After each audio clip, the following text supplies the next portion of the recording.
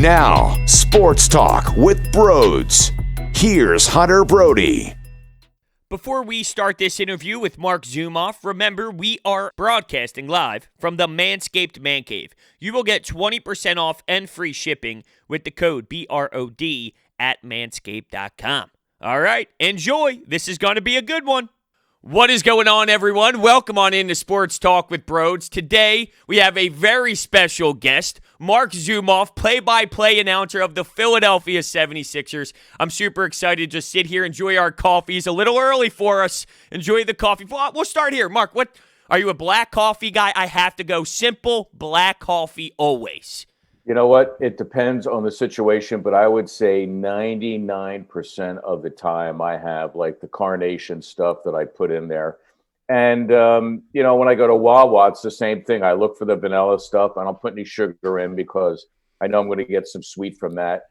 And that's what's up with the coffee. And I go large when I'm at Wawa. I don't mess around. Oh, yeah, you got to go 24 ounce. I think I drink like 10 cups a day. I have a nighttime coffee. Oh, yeah. No wonder you're so hyped. I have a nighttime coffee. My cutoff is 10. So sometimes it's 3 in the morning. I'm like, how come I can't fall asleep right now? Yeah, I know. It's crazy. But look, I'm really excited to do this. We'll talk some Sixers. But I do want to start with the broadcasting side of things because obviously we're living in a world right now that's pretty damn wild. So what has been the most difficult adjustment for you? I mean, at the home games, you're at least in the building, but the road games, you got to watch off the TV screens and also, how hard has it been to make this adjustment? There are adjustments. I wouldn't say they're hard, but like anything in broadcasting, you deal with whatever you have to deal with, and then you try to act as professionally as you can.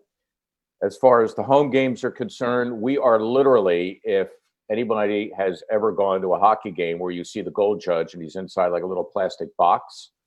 So Ala Abdelnaby and I are inside of a box. We're in the stands. All the equipment is there, but I'm watching the game quite literally through plexiglass. And then otherwise, everything else is the same with the exception of the fact that we don't have a crowd, which is a little bit of a bummer because the fans really make all the difference just in terms of setting the mood for what's happening and their reactions. And, you get crowd shots and that sort of thing. The road games are a whole different ball of wax because we don't travel. So we are in a studio. The game is being shown to me off a monitor.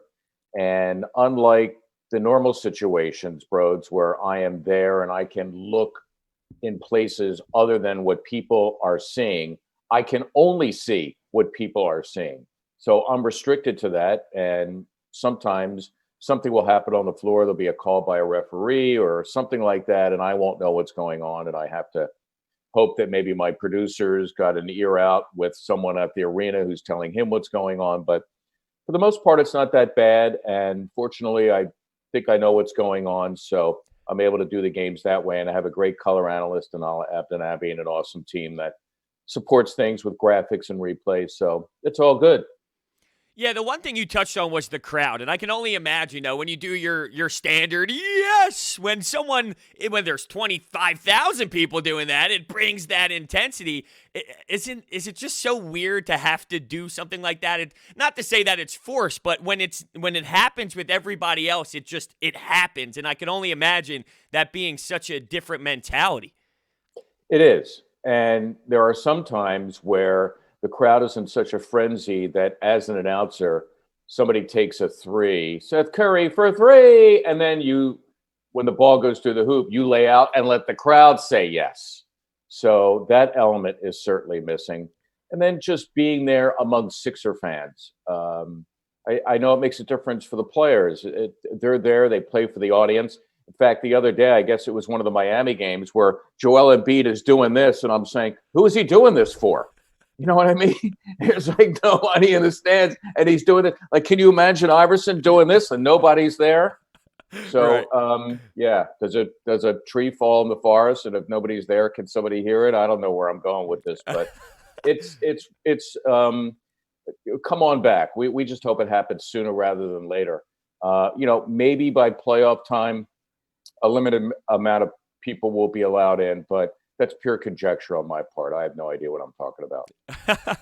All right, well, we'll transition into a little bit of what's happening on the floor, and I want to start with the new regime. And look, I'm not someone who's anti the past regime. I think the whole Brett Brown thing was so overblown, and people were looking for someone to point their fingers at. You know how this fan base can be. But I do think the word professionalism is something that stands out to me with Daryl Morey, Doc, and I don't even know if the assistant coaches get enough love and support. I just think professionalism is the best way to describe this new regime. And that's no knock on what they did have, but I want to get your thoughts on what they have brought to this franchise.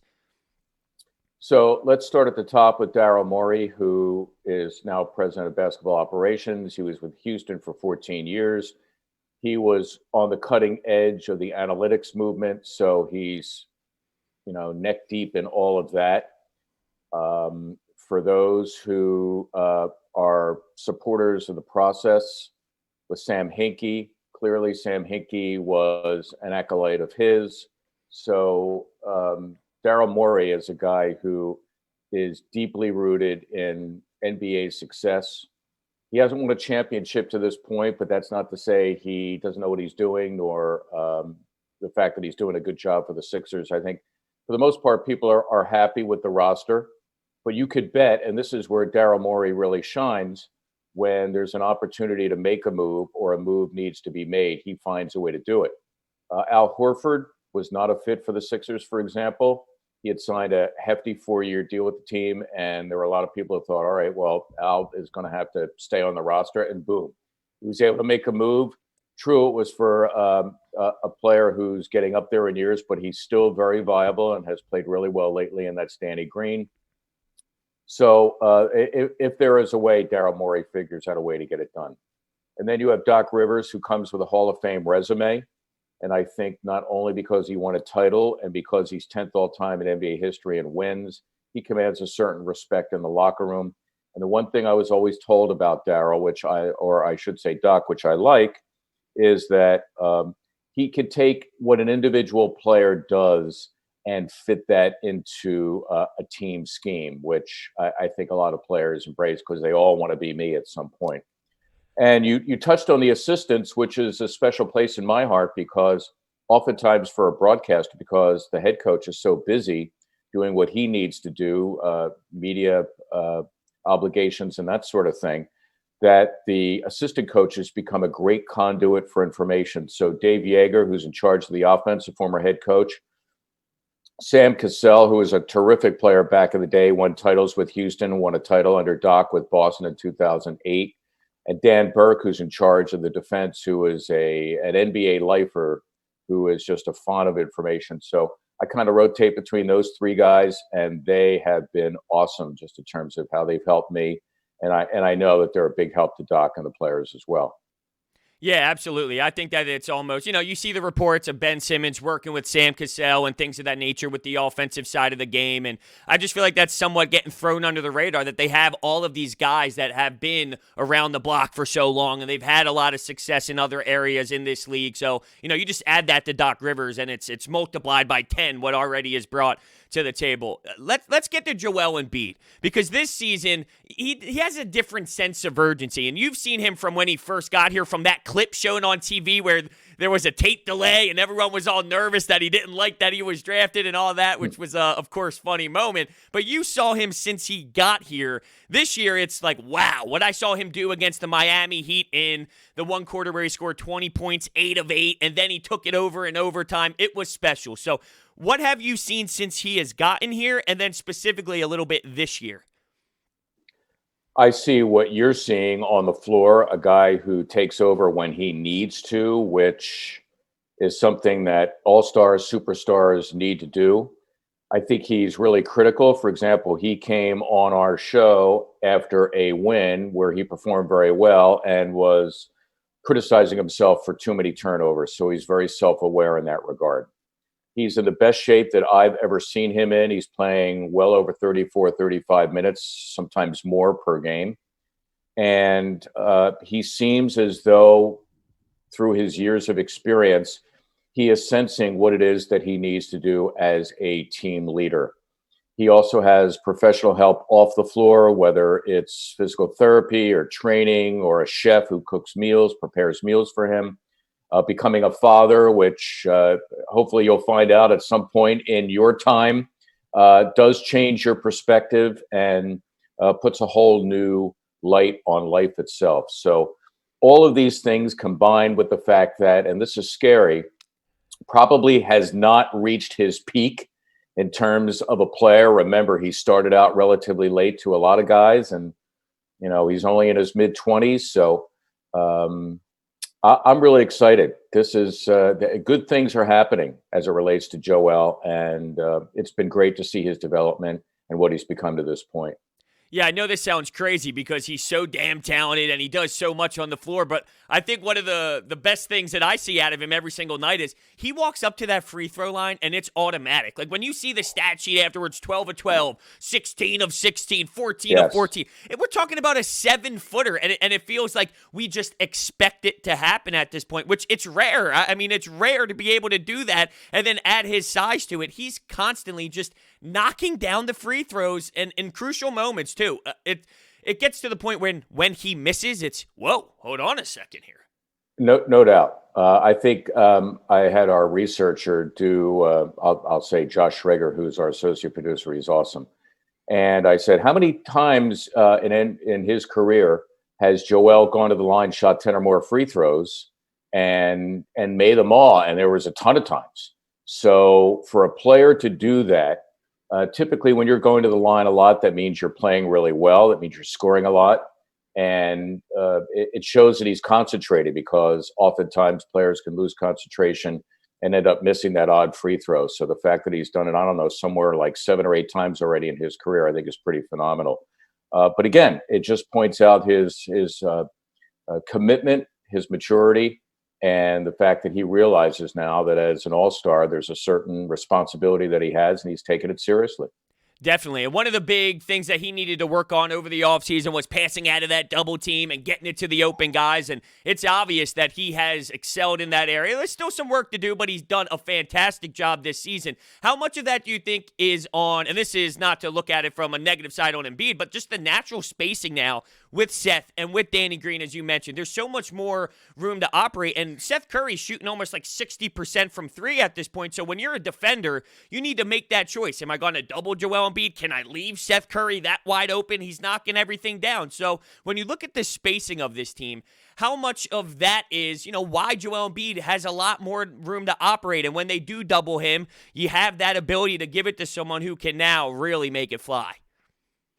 So I think you've said a lot of it, Brodes, as it relates to Embiid and his success. His turnovers right now are at a career low. And space is the key in, I don't know, name the sport. Maybe not so much baseball, but getting guys in open space in football, having space in hockey, being able to do what you can do and create different mismatches.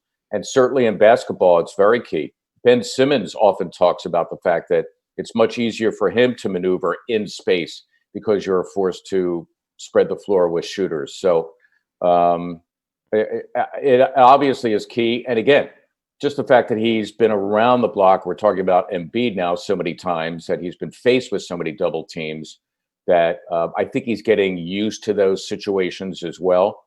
But you're right. The ability to space the floor is key in so many ways for Embiid and the Sixers in general. Absolutely. And when I look at someone like Danny Green, what he does on the floor, we know. He spaces, he can knock down the shots. The other night he had 9 threes. We were waiting for that 10th. Oh, we were waiting for the 10th. But by the way, he missed 6 times going for the record. For the record. Yeah. we were waiting for it. But with Danny, there's so much to be said about what he does off the floor. Champion, been around so many great players. And when the trade happened, that was the biggest takeaway for me is, he played with LeBron and Anthony Davis last year. He was on great Spurs teams. He won a championship with Kawhi. So he had a lot of experience with a lot of different players, which I think is so valuable. What can you say about what he is doing with the locker room and what he's doing from hey, I've been here, I've won championships. This is what it's like day in and day out. So Danny Green now has a resume that may not get him into the Hall of Fame, but it certainly gains him a lot of respect. And players know who is who and what they have done throughout their careers. So if you see a player who's been attached to 3 different titles and has the opportunity to become the first in NBA history to win 3 straight titles with 3 different teams, you say to yourself as a player, this guy's been around. And you just said it. He's played with Kawhi, he's played with LeBron, he's played with Tim Duncan. He understands what greatness is all about and what it takes to achieve that. In addition to that, he's a Long Island guy. So he's basically a New Yorker, and he doesn't mess around. He's kind of like a Philly guy in that regard. So he will speak his mind and say what he has to say. And quite frankly, as good a resume as Doc Rivers has and as much command as he is able to get from the players as it relates to respecting him and what it is that he's done, no coach anywhere in any sport can hope to have the attention of the locker room without getting help from some of his older and or better players. So if you have people like Danny Green and to some extent Joel Embiid and Ben Simmons in the locker room, helping Doc Rivers to enforce what it is that he wants to do, and in this case we're talking about Green, it helps the entire team. And the Sixers are lucky to have him around. And certainly when Daryl Morey went after him, he said, oh, by the way, he could hit threes as well. It's been great. No doubt. How about this, though? Dwight Howard. I'm not going to lie. At the time of the signing, I was like, all right, I get the money side of things, right? You can totally get an upside with that type of contract. But we all know about his personality. Stunned. I'm speechless when it comes to the professionalism of him, how he reacts on the sideline. The bench, when there's no atmosphere, it's all about the bench. He's the first one up, and then what he's doing after the games, keeping the young guys back, saying, let's work on our stuff. Even after he logs in a game without Joel Embiid where he put in some starter minutes, he's going right back out on the court, bringing the boom box. I love everything, and that could be the difference in how far a team can go or not. So speak on what he has brought, too, from a veteran presence. So there's not much I can add other than what you just said in terms of what he has done. And you're right. The thing that I've marveled at is he'll come out with the young guys after a game and they just want to get some shots up or just feel the court, so to speak. And he is out there with him. But let's talk about some other things. The fact that he's got more offensive rebounds than any other player, playing about half the minutes that a starter normally would. So he's been great from that perspective. He goes out and gives the team some attitude. He uses his fouls. He is physical. And that's really embracing the role of a substitute in the NBA. That's something that you want to do. You want to go out and in a limited amount of time, what can you do to make your presence felt, to be physical, to use your fouls in a smart way? And I think he certainly does that. Not to mention the fact that he's great on lobs and he has become a voracious rebounder for the team. Danny Pimelis from NBC Sports Philadelphia said to Ala Abdelnaby, when the season first began, and it continues to ring true, the best backup Joel Embiid has ever had. So that's got to translate into practice as well when those two guys go at it. I would imagine so. And again, when he cycles back to LA, when they play the Lakers, he's going to get himself a championship ring. So that's just my dessert topping to what you said. It's been a great signing. It's just for 1 year. But a 35-year-old is also making a huge impact for the team as well. Yeah, and you got to remember, there's a lot of people out there, younger generation guys, who doesn't even remember that Dwight Howard was once a dominant player back in the day. Oh, yeah. I just think about, you mentioned practice, and the first thing I had a little light bulb go off, Joel Embiid, what he's probably learned from Dwight Howard from, look, this is what I did. This is what I probably could have done better. Yes. This is what got me to this point, because he never finished the job in Orlando when he was the top guy. So maybe there's a little bit of learning experience. Like, hey, Joel, I was this close, and I know what I was missing out on. If you do X, Y, and Z, that's going to put you over the top to finish this job, and we're going to go as far as you take us, kind of thing. So I wonder how much of that is in play too. Absolutely. Players talk all the time, not necessarily about basketball all the time, but when they talk about basketball, that's certainly something that Dwight Howard can lay on Joel. And Joel himself is a student of the game, and he's a student of the game's history. And if he does any kind of research at all, he will see that Dwight Howard is going to the Hall of Fame. Plain and simply. He's been a Defensive Player of the Year multiple times over. He's been a rebounding champion multiple times over. And getting a ring with LeBron James, yes, you're doing it with LeBron James, but you've still done it. So That was a great career capper for him, but obviously he's not done. He's a viable player on and off the floor for the team. All right, I want to get to this topic, a little controversial, so I'll leave it open-ended. I'll let you take this for a ride. Ben Simmons. When you watch Ben Simmons play, what stands out to you the most? I know he's a hot topic right now in this city. I'll toss you a little layup.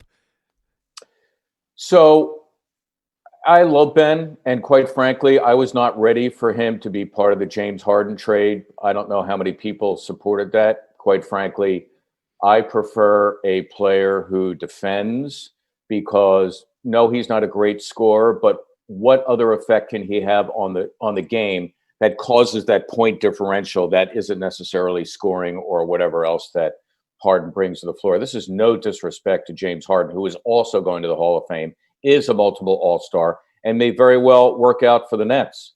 I just felt like Ben Simmons had too much upside and did too many other things on the floor for him to be traded away.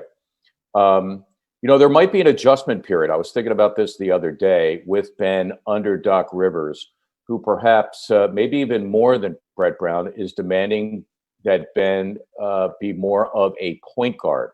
Now, he is a point guard in the sense that he is a ball handler, and Doc Rivers has never really called him a point guard per se. But maybe if he can embrace some of those tenets that point guards do, which is positioning guys on the floor, understanding time and score, and managing the team in certain situations. And then there's the endless issue about him shooting, which, yes, I am one of those who would like to see him shoot at least a little bit more, but I'm also looking for him to reassert himself as it relates to scoring. His scoring is down 4 points per game. Our coach, Jim Lynam, who's our analyst for NBC Sports Philadelphia, who when he talks, I shut up. He said the other day that Ben Simmons could get 15 points per game with his eyes closed. And right now he's averaging around 12. So what does that mean? That means, being aggressive in the open floor. That means posting up more and doing some of the other things that we know that he can already do. So I still have a lot of faith in Ben. I think as I watch him play, I could see some of the gears grinding. So I'm going to chalk it up to an adjustment period under Doc Rivers, try to embrace some of the things that he wants him to do. And hopefully at some point this season, it's going to click and we're going to see the all-star that we've seen the past few years.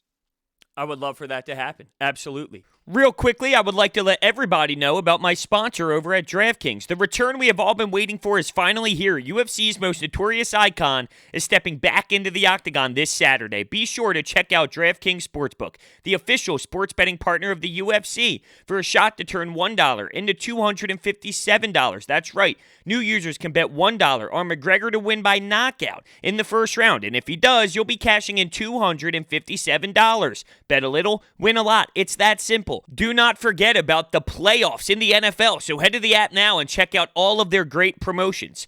Download the top-rated DraftKings Sportsbook app now and use promo code Brodes when you sign up to turn $1 into $257 if McGregor wins by first-round knockout. Place your bet and watch the fist fly this weekend. That's code Brodes for new players to get $257 if McGregor wins by first-round knockout. For a limited time, only at DraftKings Sportsbook. Must be 21 or older. Pennsylvania only. Restrictions apply. In partnership with Meadows Racetrack and Casino. See DraftKings.com/sportsbook for details. Gambling problem? Call 1-800-GAMBLER. There's someone else, though, that is fantastic with the ball in his hands as of late, and he is fun to watch. Tyrese Maxey. It looks like a steal that late in the draft. What can you say about his age, 20 years old, the fact that he's doing it with the confidence that he's doing it with? It's so impressive. What do you love out of his game? The thing that I like the most is he's not afraid. He will take any situation. He's not afraid to take the shot. And I actually saw this at a preseason game, believe it or not. The Sixers are playing Indiana. They were in the guts of the game. It was a close game. And he tees it up from the top of the key. I don't remember if he made the shot or not, but my mind went blank at that particular point because I'm saying to myself, all right, here's a key situation in the game, and he is shooting, number one. Number two, and we saw this early with Shake Milton, and I think that's why Shake has really been able to develop in the kind of player that he's become. is he can't be sped up, as Doc Rivers likes to say. Meaning, when he's defended, when he's in certain positions on the floor, he has the calm and the presence to continue his dribble and to be able to look up and do what needs to be done on the floor with the ball in his hands. I know that Sam Cassell, who is a great combo guard back in the day, is working with him essentially on the same thing that Mo Cheeks started to work on with Allen Iverson. And that was, yeah, you're probably the fastest guy on the floor, but you don't need to be fast all the time. So what can you do to, change your tempo, to be quick when you need to be quick, to back it off when you need to back it off? It's not unlike a pitcher in baseball, where if you're constantly throwing fastballs, at some point they're going to time you. So those are some of the things that he has to work on. But my goodness, just as a guy who's had 1 year under John Calipari, who, by the way, has turned out more NBA players since he got to Kentucky in 2010 by far than any other college coach, knowing that Tyrese came from that system, and that coach makes you feel pretty good about him as well. Yeah, the fact that he's 20 and doing it blows my mind. And when he goes to the rack, like, he's so explosive going to the cup, and his body control, he's not afraid. It's really nice. And if he just continues to work on that three-point game, which a knock on him coming into the season was, he's not a great shooter, but he's got something there. I mean, to expect someone to just walk into the league, I think Allah actually said this, and it stood out to me, is, you say that a guy can't shoot at 20 years old. Well, this game's all about developing and growing. To act as if just because at 20 he might not be the best shooter, that he can't be a great shooter as his profession continues, well, that's ridiculous. He can grow into that, and I see that. I see that he's got something in him. You mentioned Shake. Do you love the six-man role for Shake Milton? Because I think it's perfect. It's literally perfect. Yeah, I do. And the fact that he's playing the way he is clearly indicates that he's got a level of comfort with it. Shake, again, is one of those guys who can play with the ball in his hands, play with the ball not in his hands. He plays at a great tempo. And this is something that I noticed. You talk about a steal, by the way. I think he was the 24th pick of the second round by Dallas. Sixers got him at a deal, A. And B, he's in the middle of a 4-year, $7 million contract. So that, you talk about stealing right there in today's NBA. Shake Milton clearly is that. But aside from that, he is a great guy. He's got a great temperament. As you can see, he's coachable. He worked hard in the offseason to make himself stronger. He could clearly finish with contact, and is capable of shooting the three. He was well over 40% from beyond last year. I think he can get there again this year after a slow start, and can finish with either hand. Just so many things that you really like about him. And I think he is trying and getting better on the defensive end. And another thing we have seen is that oftentimes he'll be on the floor with Ben Simmons, and he's got the ball in his hands. And now Ben is playing off the ball, and we've seen Shake even handle the ball in crunch time. So, yes, he gives Doc that wild card. And as Doc sees how the game is going, he can plug Shake in accordingly and let him remedy whatever he thinks the team needs at that particular time. You mentioned him getting better on the defensive end, and someone else who did that this offseason is Tobias Harris. And he's actually just been a more quicker decision kind of guy, where he gets the ball, he knows what he's going to do with it. And that's something Doc has kind of expressed since he's gotten here, is, simplifying the game for Tobias. What have you seen out of him on both sides of the floor? Because I think defensively, too, he's doing really strong, and I like him at the 4 position. I think him playing that also plays a role. So I agree, Brodes, with just about everything you said. In fact, I think I saw the defensive improvement as early as last year, but he is clearly locked in this year. And I think what you say about him playing the power forward spot, especially in today's NBA, where he can stretch the floor, but he's got the size to guard other big guys. He's got the quickness to switch off. So defensively, yes, I think he is locked in that regard, which is not easy for a guy who averages 20 a game and has the offensive responsibilities that he does. Also, the fact that Doc Rivers coached him for the better part of a couple of years with the Clippers, I think helps as well. They had a relationship. Doc understands what makes him tick. And not only, yes, encouraging him to make quicker decisions with the ball, but putting him in more pick and rolls, which I think suits his game more. So it's been all good for Tobias. And I've really reveled in the fact that he's playing both ends. He's contributing beautifully to the team. And hopefully, and there's no All-Star game this year, but hopefully the NBA will decide to still have the voting anyway to engage the fans and just have the picks for the sake of having them be picks. And at some point, if the Sixers are doing well enough in the standings, he'll get some All-Star consideration. How do you see this team matching up in the East with some of the top dogs, whether it's the Bucks, the Brooklyn Nets now? How do you see this team? So I haven't really thought of it as it relates to individual matchups with individual guys. Like, all right, they say they play the Brooklyn Nets in the conference finals. You know, who's going to guard KD and who's going to guard Kyrie if he ever decides to come back and play? Right. But I think the one thing that the Sixers do have, which helps, even though you do tighten up your rotation in the playoffs, is depth. I think depth is really important during the regular season because, as you can see, and this is not unexpected, Joel Embiid not playing every game. With COVID being what it is, depth is important because guys are going to miss games either for contact tracing or because they have the virus itself. You would like to think, as you look at the roster and you examine the talent and what guys could do individually and collectively, that this team can contend and make it to the NBA Finals. That said, the Milwaukee Bucks, and this is something that I've always discovered with the NBA, is that teams don't necessarily get good and then rush to the finals. Oftentimes it takes 2, 3, 4 years of trial and error, of failure to finally get there. You know, the Bucks, it could be their time, where a lot of people thought they would sail to the finals last year. They did not. And maybe, this is their year. I certainly hope not, but maybe it is. And look at what Miami did last year with their one-off. I'm not sure that they have what it takes, but the Brooklyn Nets are scary. If they make it work with James Harden, you're going to have 3 guys who can create, who can get you whatever they can get you any night of the NBA season. So it's not going to be easy. I think there's a lot of iron in the East, so to speak, but I think the Sixers have as good a chance as any team. I love the fact that you brought up, like that learning curve in the playoffs, because I always stress patience, but you know how this city works sometimes. Like, no one is patient when it comes to these sports teams, but that's how it works. I mean, I always bring up Michael Jordan. People act as if all he ever did was play 6 seasons, and that's what he was. I mean, he lost to the Pistons. He would lose. He would get back in the offseason. There's so much to be said about going through those emotional losses that to kind of take you over to the next step, and, there's people who just demand it now all the time, and sadly, that's not how it works. Look, I wish it worked like that, Jim. I really did. I wish it worked like that, but it doesn't. But before I let you go, just a couple little personal things when it comes to the broadcasting side of it all. In the Ben and Joel era, what was your favorite moment calling a game with these two guys? Oh, my goodness.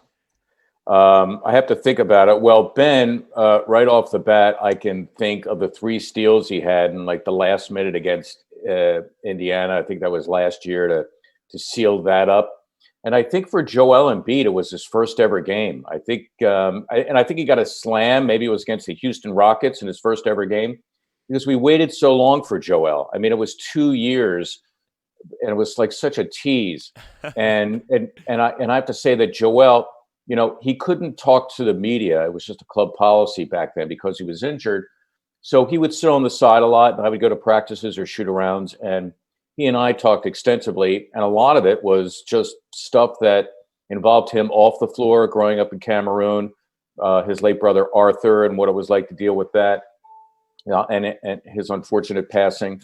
So when he finally got on the floor, and I had the chance to see that, I think that personally and professionally was a great moment for me. So Ben, Joel, those are the 2 moments that come right to the top of my head.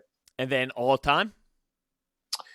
As it relates to Simmons and Embiid? No, just in your entire career with the 76ers. Okay. One moment? So I don't get a chance to do conference finals anymore or NBA finals, but a lot of what I have done in my career so far is tied to Allen Iverson. Yep. And what it is that he accomplished. So I remember, for example, being at game 1 of the finals and watching him step over Tyronn Lue, but I didn't do the games. And I think I was sitting somewhere in Pasadena. I mean, I was literally in the arena, but I felt like I was in Pasadena. I was sitting so far away, but I remember having the angle to see that. As it relates to broadcasting a game, I always go back to the 98-99 season. We weren't even sure we were going to play because there was a labor situation. It was a lockout that year.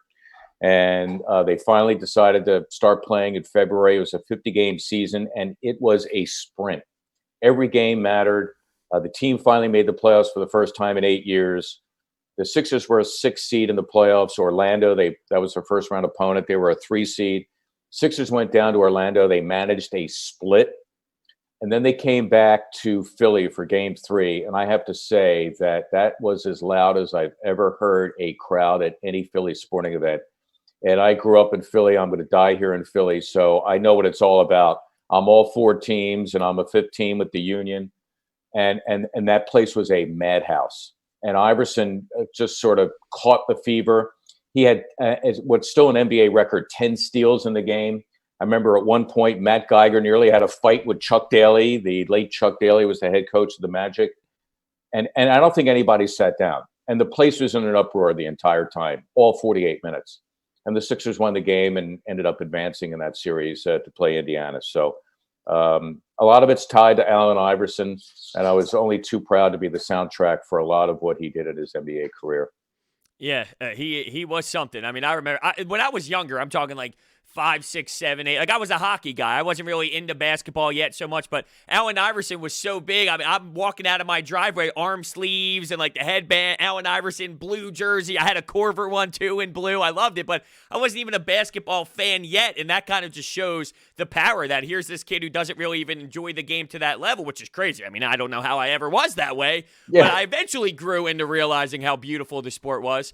But that's the type of impact that he really had an influence all around the world and the league, not just here in the South Jersey area. But look, I really appreciate you hopping on. This was fantastic. I wish we could talk for 7 hours. You know, this is great stuff. Sadly, I know you could talk for 7 hours without me. Yeah, that's right.